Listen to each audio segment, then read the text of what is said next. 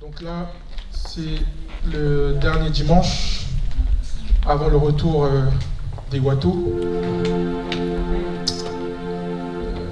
Je suis quand même content qu'ils reviennent, parce que je pense que j'avais plus d'inspi pour dimanche prochain. Mais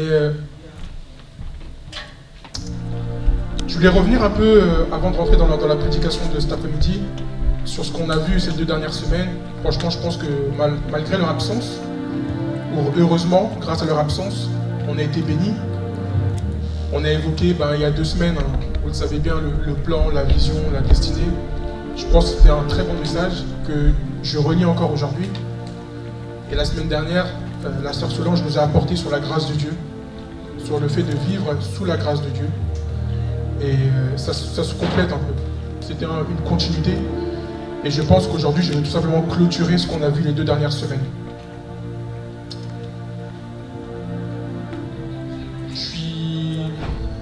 Je suis content du message qui va être apporté cet après-midi, parce que je pense qu'il va tout de même nous faire du bien.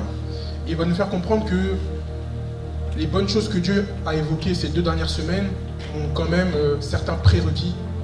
On va en voir un aujourd'hui, mais pour moi qui est très central, notamment sur la Bible en elle-même en fait. On peut parcourir la Bible de fond en comble, mais je pense qu'il y a une chose qui doit être faite avant même qu'on ouvre la parole et avant même qu'on lise tout ce que Dieu a prévu, nous a promis, mais il y a une prise de conscience tout de même. Et donc le thème de ma prédication de cet après-midi, c'est le réveil. Le réveil. Je ne sais pas si vous savez ce que c'est le réveil, mais on est, je crois, ici, je suis même sûr, on est dans une église de réveil. Et je pense qu'il était important quand même de définir en fait qu'est-ce que c'est le réveil et là où Dieu nous attend. Et c'est pour ça que je vous ai dit, c'est un des prérequis très très très importants. Parce que si on ne prend pas conscience de ce qu'est la parole de Dieu, si on ne prend pas conscience de la grâce que nous avons, en fait toutes les prédications qu'on a vues durant toute l'année, elles ne servent strictement à rien. Amen. Elles servent à rien. Et ce que j'aime dire, c'est qu'il n'y a pas de hasard. Je pense que vous êtes destinés à cette parole, moi aussi. Ceux qui ne sont pas là, je ne vais pas dire malheureusement, mais peut-être que ce n'était pas forcément pour eux. Mais ils pourront effectivement revoir. Mais vous qui êtes là particulièrement, je pense que Dieu attend quelque chose de vous et on a un peu pointé du doigt en fait, par rapport à ça. Et donc on va, comme d'hab, moi j'aime bien prendre un verset, on va un peu lire, et ensuite à travers ce verset-là, on va effectivement faire une petite synthèse ou une petite étude de texte, je ne sais pas comment on appelle ça en français, mais on va un peu rentrer dans la parole pour comprendre effectivement ce que j'aimerais dire. Donc notre verset central d'aujourd'hui se trouve dans Ephésiens 5, de 1 à 14. Je vais vous demander de vous lever. On va lire. Je ne sais pas si on peut afficher le verset.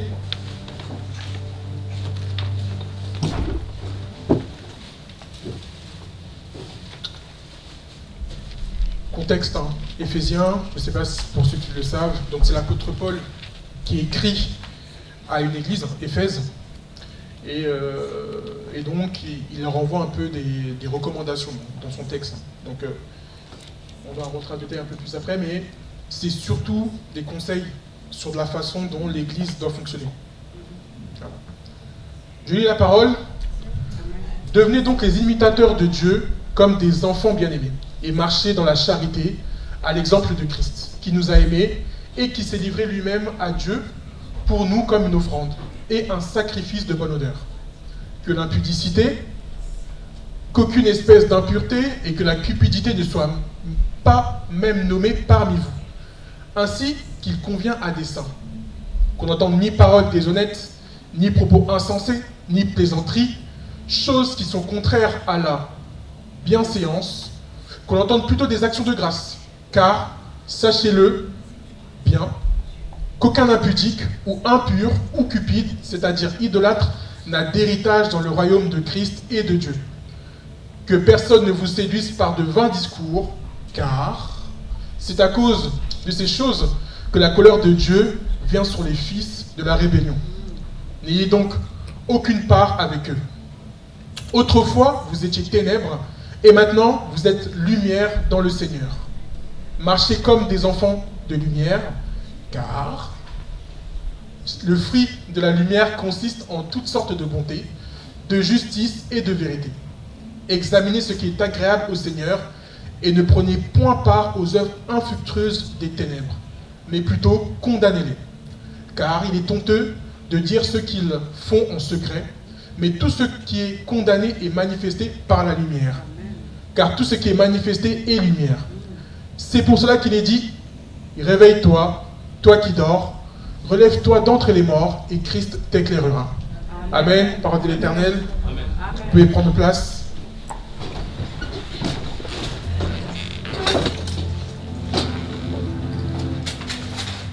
Donc on va passer toute la première partie, parce que franchement c'est des conseils qui sont assez forts, je pense que vous connaissez tous, et que c'est un bon rappel.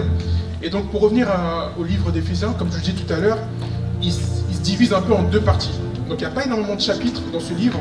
Il y a une partie, c'est là où l'apôtre Paul il va parler de Jésus, donc son identité et effectivement les bénédictions qui sont liées au Christ. Et la seconde partie de la lettre aux Éphésiens, où là on va être vraiment sur la vie pratique du croyant. C'est pour ça que là, on a beaucoup de péchés qui sont mentionnés, et la parole est claire, elle nous dit qu'on ne nous trouve pas dedans. Et on finit par le verset 14, qui est dit, c'est pour cela qu'il est dit, réveille-toi, toi qui dors, relève-toi d'entre les morts. Amen. Franchement, ça va être assez simple cet après-midi, mais réveille-toi, toi qui dors. On comprend une chose, hein. Donc toutes les personnes qui vivent dans la pureté, dans la pudicité, dans les ténèbres, sont considérées comme endormis ou comme morts. Amen. Ils sont considérés comme morts. Une personne qui vit dans le péché, peu importe le type de péché, hein, le vol, le mensonge, là on parle d'impudicité, la parole de Dieu nous considère, et je pense que c'est la vérité, comme mort. On ne parle pas forcément d'une mort physique, mais on parle d'une mort spirituelle. Donc la mort spirituelle qui prédomine la mort physique. Et donc, on va s'attarder sur le verset 14, et donc on va, comme vous me connaissez, hein, j'aime bien définir un peu le contexte, en m'attardant un peu plus sur les mots qui ont été utilisés là, et ensuite on va rentrer un peu plus en profondeur. Donc le réveil, hein, vous savez tous ce que c'est, donc c'est quand on passe du passage d'endormi ou de passage de sommeil à un état de réveil, à un état de conscience. Donc on passe d'un état de inconscient à un état de conscience. Et donc dans ce verset, la parole de Dieu nous demande de nous réveiller. Réveille-toi, toi qui dors. Donc réveille-toi, toi qui demeures dans les ténèbres, toi qui demeures dans le péché, toi qui demeures dans peu importe la chose que tu affectionnes, qui est en contradiction avec la parole de Dieu. Dieu nous demande de nous réveiller, de prendre vraiment conscience. Et pour illustrer un peu ce que dit ce verset-là, j'ai choisi un autre verset qui est une autre histoire qui est dans Jean 11, verset 11, où on voit Jésus qui parle à un mort physique, mais dont là il disait qu'il était endormi. Je pense que vous connaissez tous l'histoire. On va parler un peu de Lazare. Et quand Dieu parle de Lazare, effectivement, qui était mort, qui était en état de décomposition bien avancée, parce que la parole nous dit que passé pratiquement 3 jours dans ce tombeau, Jésus est venu le voir. On va lire vite fait le verset. Donc Jean 11, verset 11, si on peut me le mettre, s'il vous plaît.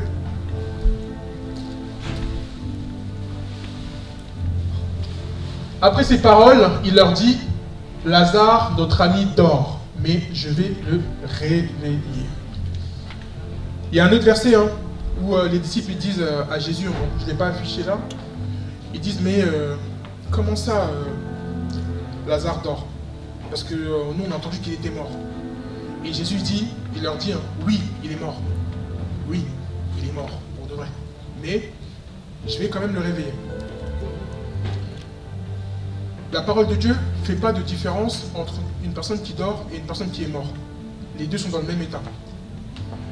Et pourquoi, depuis le début, je vous disais que toutes les prédications qu'on a vues durant l'année, s'il n'y a pas ce déclic de réveil, ça ne sert strictement à rien. Pourquoi je dis ça?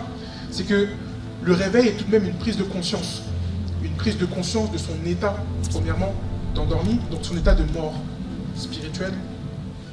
Et c'est aussi une étape de changement, si on peut dire ça comme ça. Donc c'est ce que je me suis noté. Le sommeil, la mort sont des moments où le corps est dans un état d'inconscience. Cet état nous rend vulnérables au piège de l'ennemi. Le diable nous préfère dans un état de sommeil pour pouvoir agir et effectivement nous détruire. Il y a quand même des personnes dans la Bible qui ont été endormies et on sait ce qui s'est passé. Des personnes ont eu goût au sommeil ou se sont endormies dans des endroits où il ne fallait pas s'endormir. À un moment de la vie où on te demande d'être réveillé, d'être actif, certains se sont endormis. Je ne voulais pas commencer ma prédication comme d'habitude en définissant le réveil.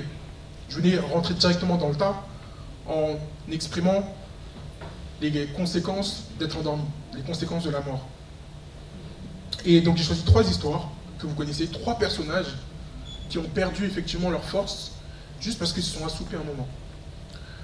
Premier personnage qu'on va étudier pour les conséquences d'être endormi se trouve dans Juge 16, versets 18 à 21.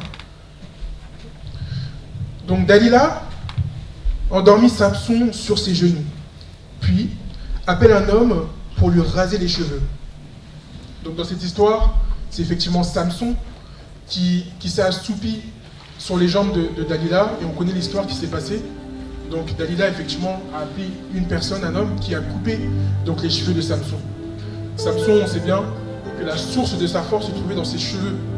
Donc dans sa jeunesse, il a été entre guillemets lavé, et il y avait effectivement ses cheveux qui n'ont pas été entre guillemets lavés, et il y avait une certaine puissance qui se trouvait dans les cheveux de Samson.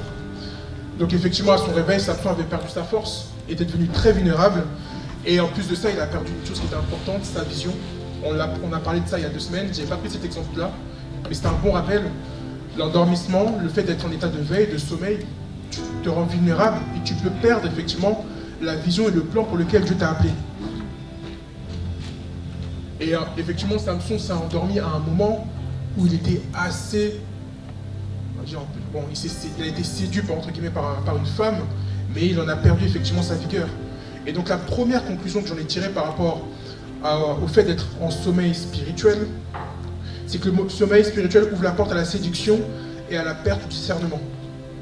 Quand tu es endormi, quand tu n'es plus actif dans les choses de Dieu, tu es vulnérable. Tu es à la merci du diable en fait. Et lui, c'est ce qu'il souhaite. La société dans laquelle on vit utilise toutes les technologies possibles, toutes les distractions possibles pour qu'on reste dans un état d'endormissement. Le diable n'a aucun intérêt à ce que tu restes actif. Je reviens à ce qui a été dit il y a 2 semaines de cela, c'est que, effectivement, Dieu a un plan pour nous dans lequel nous sommes un acteur. Et si nous n'avons pas cette soif, ce désir d'aller vers cette destination, ce que Dieu a prévu pour nous sur ce plan, le diable est content. Le diable se réjouit que tu sois un endormi. Le diable se réjouit que tu sois en mode passif, parce que tu es inoffensif pour lui. Il t'a détruit avant même que tu aies fait quelque chose en fait. Et c'est ce que le diable ne veut pas, qu'on soit réveillé. Mais là, je suis un peu révolté, c'est que on est dans une église, je ne parle pas dehors, et on peut retrouver pas mal de personnes qui se trouvent dans l'église, mais qui ne sont même pas conscients qu'ils sont endormis. Tu peux venir chaque dimanche à l'église, tu peux être né de nouveau, mais tu peux surtout être endormi en étant un chrétien en fait. Donc c'est ça je vous dis, on peut venir à l'église chaque dimanche, mais être dans l'endormissement. Et le pire de cela, tu peux te dire à Dieu, mais Seigneur, change-moi. J'ai envie de changer mon église, j'ai envie de changer ma famille. Mais Dieu n'en a que faire en fait. La première personne qui l'intéresse, c'est ton réveil. Que tu puisses prendre conscience de ton état. Que tu puisses prendre conscience que tu es endormi, tu es inoffensif. Le second exemple que j'ai choisi pour illustrer effectivement quelqu'un qui était endormi, c'est Jonas. Donc, on peut lire dans l'histoire de Jonas, mais bon, vous la connaissez tous, c'est que Dieu effectivement l'a envoyé pour une mission, mais lui s'en est détourné. Il s'est détourné du plan, et effectivement, il a été englouti par un poisson, mais avant même d'être englouti dans un poisson, il était dans un bateau. Et sur ce bateau, Jonas s'est endormi. La parole de Dieu nous dit que Jonas s'est endormi. Voyant la tempête arriver, les compagnons qui étaient avec lui sur le bateau, ils lui disent, mais Jonas, réveille-toi et implore ton Dieu, parce que là, ce qui arrive, c'est chaud. Et au final, il a été jeté à la mer. La seconde conclusion que j'en ai tirée, c'est que ton sommeil ne va pas t'affecter que toi tout seul. Ton sommeil, ton état de veille, entre guillemets spirituel, aura aussi pour conséquence le fait de mettre en danger ton entourage. Mettre en danger les gens qui sont proches de toi. Les gens qui, effectivement, bénéficient un peu de ta grâce, entre guillemets. Mais sur ce bateau-là, il y avait des gens qui étaient avec Jonas, qui ne connaissaient même pas Jonas, en fait. Qui avaient seulement un but d'aller dans une certaine destination, mais ils ne savaient pas qu'ils avaient avec eux une personne qui était endormie, une personne qui était choisie par Dieu, une personne dont Dieu avait un plan pour lui, mais une personne qui avait désobéi. Et maintenant, toi, par rapport à ta propre histoire, est-ce que tu estimes être réveillé ou être endormi? Amen. Et la troisième personne que j'ai pris comme exemple, c'est un des disciples, c'est Pierre.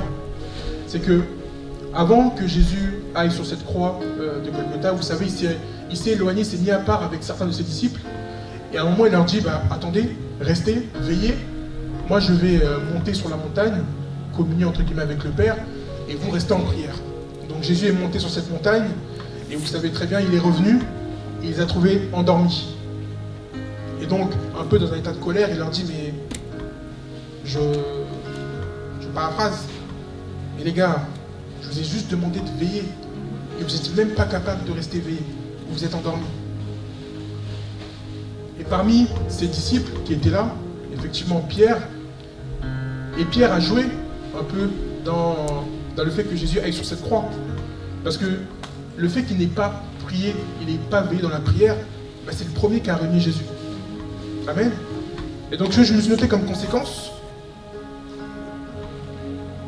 c'est que l'endormissement dans la prière nous rend vulnérables aux attaques spirituelles. La vigilance entretient la force intérieure. Je pense que ça s'est joué là aussi pour Pierre. À un moment précis, il s'est endormi. Il n'a pas veillé, il n'a pas prié. Et c'est lui effectivement qui a participé à renier Jésus, et donc pour qu'il soit effectivement capturé, et donc on connaît sa fin, qu'il soit attrapé par les Juifs, et donc crucifié sur cette croix. Donc on comprend, parmi ces trois exemples, qu'il n'est pas bon d'être endormi. Nous qui sommes à l'église, nous qui sommes des chrétiens, il n'est pas bon de rester dans un état de passivité. Il n'est pas bon. Forcément, tu joues contre toi-même. Tu joues contre toi-même. Tu peux avoir toute la bonne volonté du monde et vous dire « Ah, il faut faire ci, il faut faire ça ». Mais si toi, tu ne prends pas conscience que le fait d'être actif, d'être un élément, pas dire mobile, mais qui impacte, entre guillemets, dans l'assemblée de Dieu, c'est pour ton propre bien. C'est pour toi. C'est pour toi. On a parlé du plan, on a parlé de la grâce de Dieu, on a parlé de la saison, la lumière, le sel, je ne sais même plus tout ce qu'on a prêché cette année. Mais si tu ne prends pas conscience de tout ça, ça ne sert strictement à rien. Ça ne sert strictement à rien. Tu vas venir chaque dimanche et tu vas trouver un responsable en fait à ta peine. Tu vas trouver un responsable à ton mal-être. Tu vas trouver un responsable à ton état. Et c'est ce que je veux un peu ce matin. Le but de cette prédication, c'est qu'on puisse être réveillé, mais réellement. Et donc, pour définir le réveil, je me suis noté ça. Le réveil est une prise de conscience de son état d'endormi. Le réveil, c'est un retour radical vers Dieu. C'est lorsque notre cœur revient totalement à Dieu. Le réveil, c'est se détourner complètement de son ancienne vie. C'est tourner le dos au péché. C'est surtout se conformer au plan de Dieu pour notre vie. Donc avant même de servir Dieu, avant même de faire quoi que ce soit pour le Seigneur, la priorité de Dieu, c'est notre propre réveil. Comme d'hab, j'illustre à travers un verset. Si on peut lire 1 Samuel, chapitre 7, de 3 à 4. Si on peut nous afficher ce verset-là. On va prendre un exemple de prise de conscience. Samuel dit à toute la maison d'Israël, si c'est de votre cœur que vous revenez à l'Éternel, ôtez du milieu de vous les dieux étrangers et les astartes. Dirigez votre cœur vers l'Éternel et servez-le lui seul. Et il vous délivrera de la main des Philistins. Et les enfants d'Israël ôtèrent du milieu d'eux les Baals, les Astartés, et ils servaient l'Éternel seul. C'était leur prise de conscience. C'est de se dire, ben voilà, on avait comme idole des dieux étrangers. Aujourd'hui, on revient vers le véritable Dieu. C'est ça le réveil. Le réveil, c'est prendre conscience de son état d'endormi, prendre conscience de son état de vulnérabilité et revenir effectivement au Seigneur. Mais je ne sais pas pour vous, la plupart du temps, hein, quand vous avez un ami qui dort ou qui somnole, quand on lui dit ouais, tu dors? Je sais pas, X, tu dors? Tout le monde dit non, non, non, je dors pas, je dors pas. Mais ça, c'est même dans le spirituel, c'est réel. Alors que je te vois vraiment, t'es assoupi, hein. T'es loin. Mais je te demande, tu dors? Non, non, non. Comme j'ai l'image un peu de nos parents, quand vous avez votre père qui regarde la télé, vous voyez qu'il dort. Vous venez, vous changez de chaîne.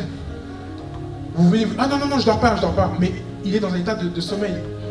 Et ça, de la même façon pour le spirituel, on peut te dire à une personne que tu es endormi, il va te dire non. Il va te dire non. Alors que par rapport à sa vie, par rapport à ses fruits, tu le vois que cette personne est endormie. Et maintenant, donc le point 2, vous savez très bien, c'est comment se réveiller. Selon vous, comment se réveiller? Comment revenir de cet état de conscience? Donc on va lire la parole donc, dans Luc 15, Luc chapitre 15, versets 17 à 23. Le premier élément pour se réveiller, hein, c'est prendre conscience de son état d'endormi. Donc on va lire la parole de Luc dans Luc 15, versets 17 à 23. Verset 16, il aurait bien voulu se rassasier des carouges que mangeaient les pourceaux, mais personne ne lui en donnait. Étant rentré en lui-même, il se dit, combien de mercenaires chez mon père ont du pain en abondance, et moi ici, je meurs de faim. Je me lèverai bien, j'irai vers chez mon père, et je lui dirai, mon père, j'ai péché contre le ciel et contre toi. Je ne suis plus digne d'être appelé ton fils, traite-moi comme l'un de tes mercenaires. Et il se leva, il alla vers son père. Amen, parole de l'Éternel. Donc dans cette histoire, on a le fils prodigue qui est revenu effectivement chez son père. Et ça m'a quand même choqué quand j'ai vu ça. C'est qu'il avait tellement tout perdu, à un moment, il en était même à vouloir même manger la nourriture des porcs. Des porcs.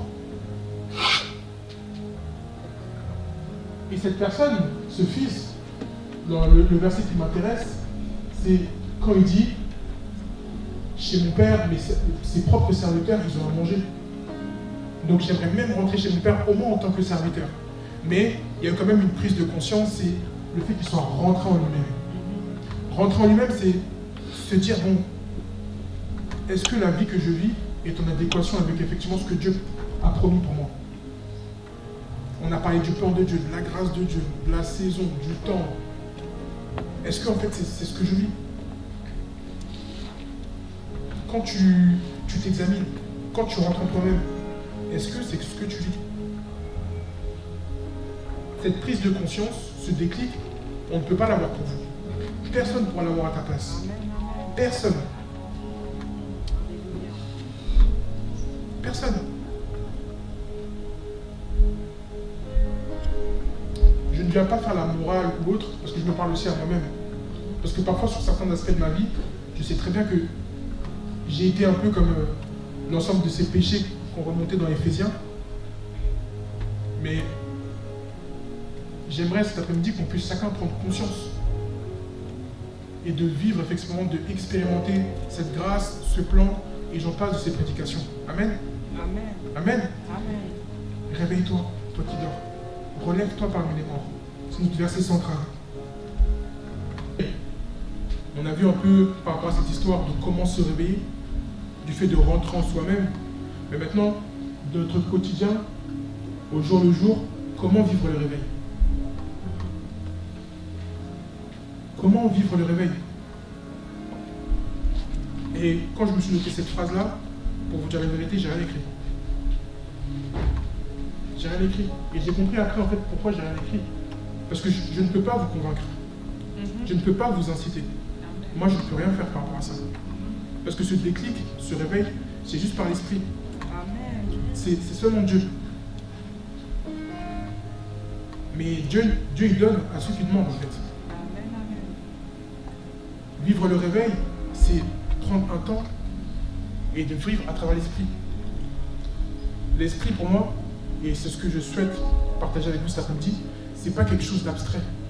C'est quelque chose qu'on doit vivre au jour le jour, vivre au quotidien. C'est ça le réveil. Le réveil, c'est de se motiver et prendre la décision effectivement de changer d'état. Amen. Amen.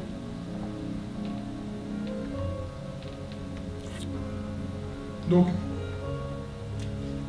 j'ai préparé certains sujets de prière, mais avant même, je voulais qu'on puisse un peu prendre ce temps, après je continue la prédication, pour nous aussi rentrer en nous-mêmes. Quand tu rentres en toi-même, qu'est-ce que tu te dis? Qu'est-ce que te dit cette voix qui est en toi?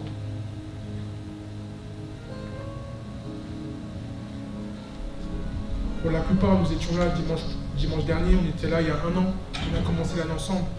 Mais combien de fois cette année on est rentré en nous-mêmes, on s'est examiné, on a pris le temps de regarder un peu les résultats des fruits de notre propre arbre. On va prendre 2 secondes, on va rentrer en nous-mêmes, on va prier, et ensuite après je continue. Amen. Amen.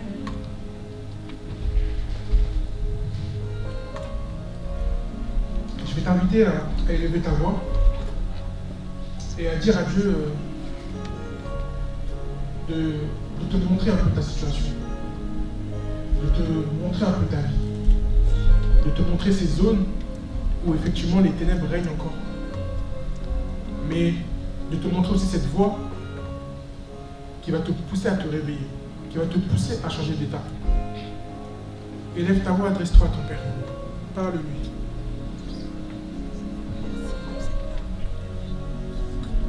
Père éternel, Seigneur Jésus-Christ, nous souhaitons, Seigneur Papa, vivre le réveil.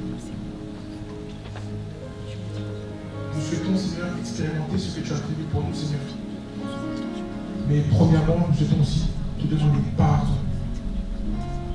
Te demander pardon, Seigneur, car nous sommes sûrement éloignés de toi, Seigneur, à travers un péché, à travers une situation, Seigneur Papa.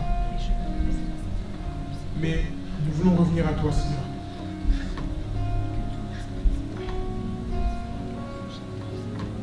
Ramène-nous, Seigneur, à toi. Éloigne de nous, Seigneur, toute chose qui nous empêche, Seigneur, Papa, de vivre, Papa, le réveil.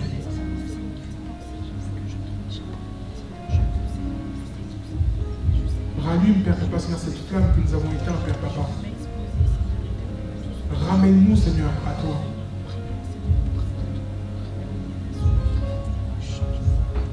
Réveille-nous, Seigneur Jésus-Christ.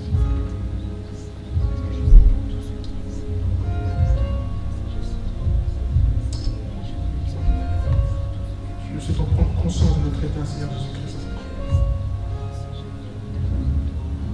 Merci. Au nom de Jésus. Amen.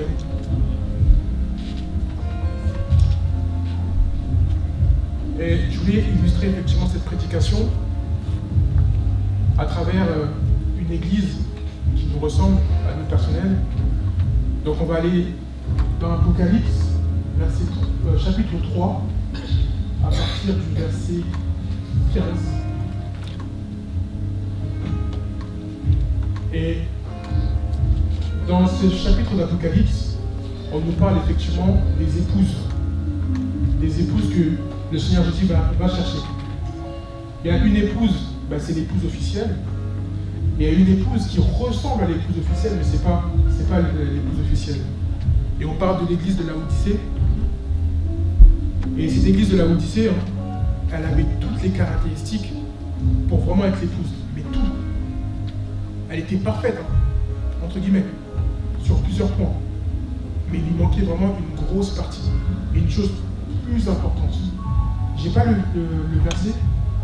Si quelqu'un peut me chercher Apocalypse 3, verset 17, ou à partir du verset 15, et on va lire ensemble.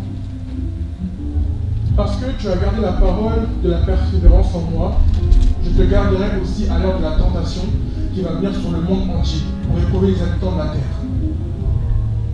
Je viens bientôt, retiens ce que tu as afin que personne ne te prenne ta couronne. Celui qui vaincra, je ferai de lui une colonne dans le temple de mon Dieu, et il n'en sortira plus.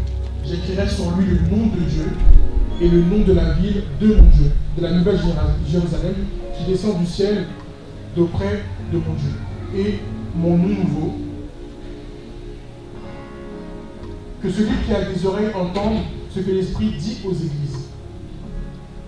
Écrit à l'ange de l'église de Laodicée, voici ce que dit l'Amen, le témoin fidèle et véritable, le commencement de la création de Dieu. Je connais tes œuvres. Je sais que tu n'es ni froid ni bouillant. Puisque tu es froid ou bouillant, ainsi, parce que tu es tiède et que tu n'es ni froid ni bouillant, je te vomirai de ma bouche. Parce que tu dis, je suis riche, je me suis enrichi, je n'ai besoin de rien, et parce que tu ne sais pas que tu es malheureux, misérable, pauvre, aveugle et nul, je te conseille d'acheter de moi l'or éprouvé par le feu, afin que tu deviennes riche, et des vêtements blancs, afin que tu sois vêtu, et que la honte de ta nudité ne paraisse pas, et un collier pour oindre tes yeux, afin que tu vois. Moi, je reprends et je châtie tous ceux que j'aime. Aie donc du zèle et repens-toi. Voici, je me tiens à la porte et je frappe. Si quelqu'un entend ma voix et ouvre la porte, j'entrerai chez lui, je souperai avec lui et lui avec moi. Amen. Parole de l'Éternel. On va s'attarder surtout sur l'Apocalypse 3, verset 15.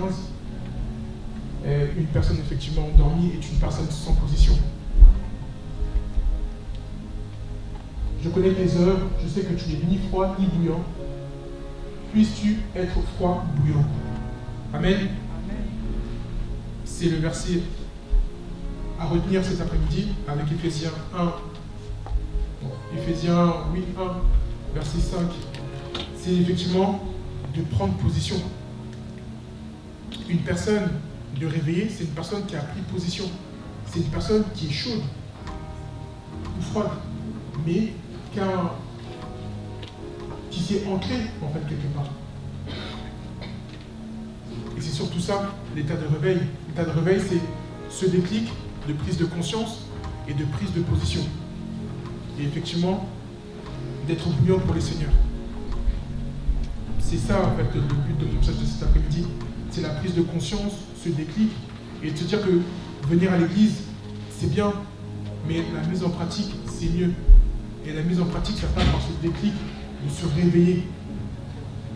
réveiller, de prendre conscience qu'on a été vulnérable, on a été soumis au péché, on a été tenté par le péché parce qu'on n'était pas actif dans la parole du Seigneur. Aujourd'hui, je nous invite tous à être actifs, à être réveillés, déjà personnellement. Dès lors que toi, tu seras vraiment éveillé, tu seras conscient de ton état, tu pourras effectivement propager entre guillemets ton état. Mais pour le moment, ne cherche pas à changer des situations, à faire des miracles si ta propre situation à toi n'est pas réglée. Amen. Amen. Je ne voulais pas forcément être trop long cet après-midi, parce que je pense qu'on a eu beaucoup de choses ces 2 dernières semaines, mais je voulais quand même que quand on va rentrer chez nous cet après-midi, et quand on va faire le débrief au mois du culte, et même de son culte personnel, de se dire, Seigneur, aujourd'hui j'ai pris une décision. C'est d'être réveillé, d'être actif. D'arrêter d'être ce stade de passivité, mais de prendre cette prise de conscience et de changer d'étape. Amen. Amen. On va se lever.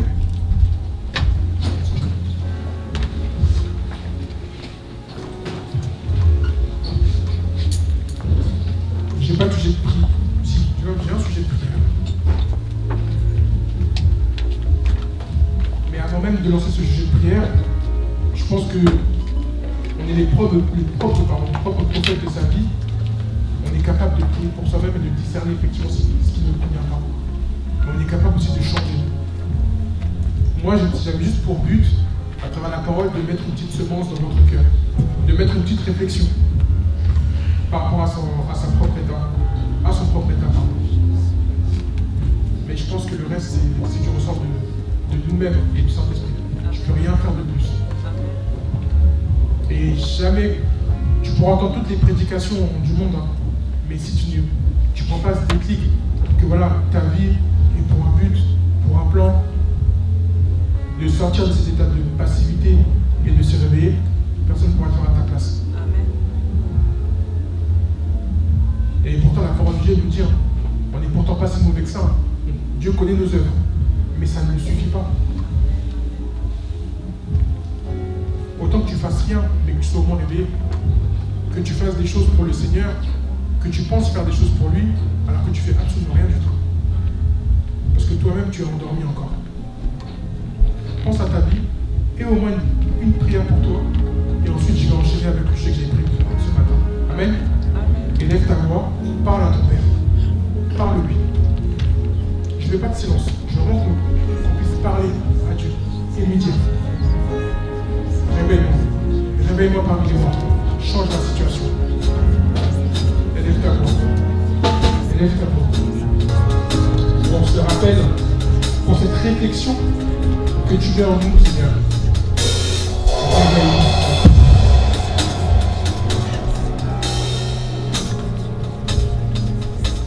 Parle à ton Père. Parle-lui.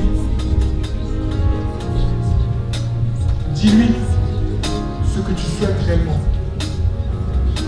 Qu'il puisse vraiment te redynamiser. Qu'il puisse t'aider à revenir à ton premier amour. Autrefois, tu étais télé, tu étais actif, tu étais malheureusement endormi. Le Seigneur puisse t'aider à revenir à ton conscience.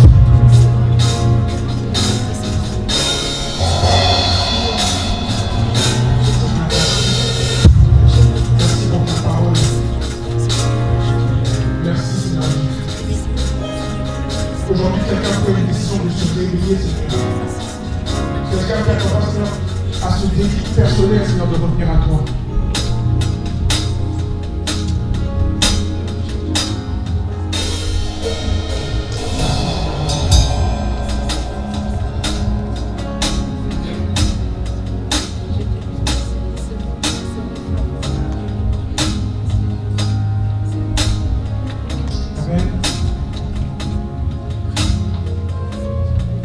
Faire cette prière ensemble, qu'on puisse répéter cette prière qui a vraiment pour but de nous ramener au Père.